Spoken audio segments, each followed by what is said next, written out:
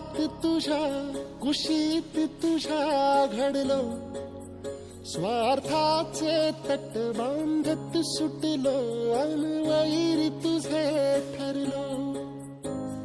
चालवुनी वैराचे नांगर नासवली माती, छिन्न तुझ्या देहाची ही चाळण उरली आता हाती. आम्ही राजकुटाचे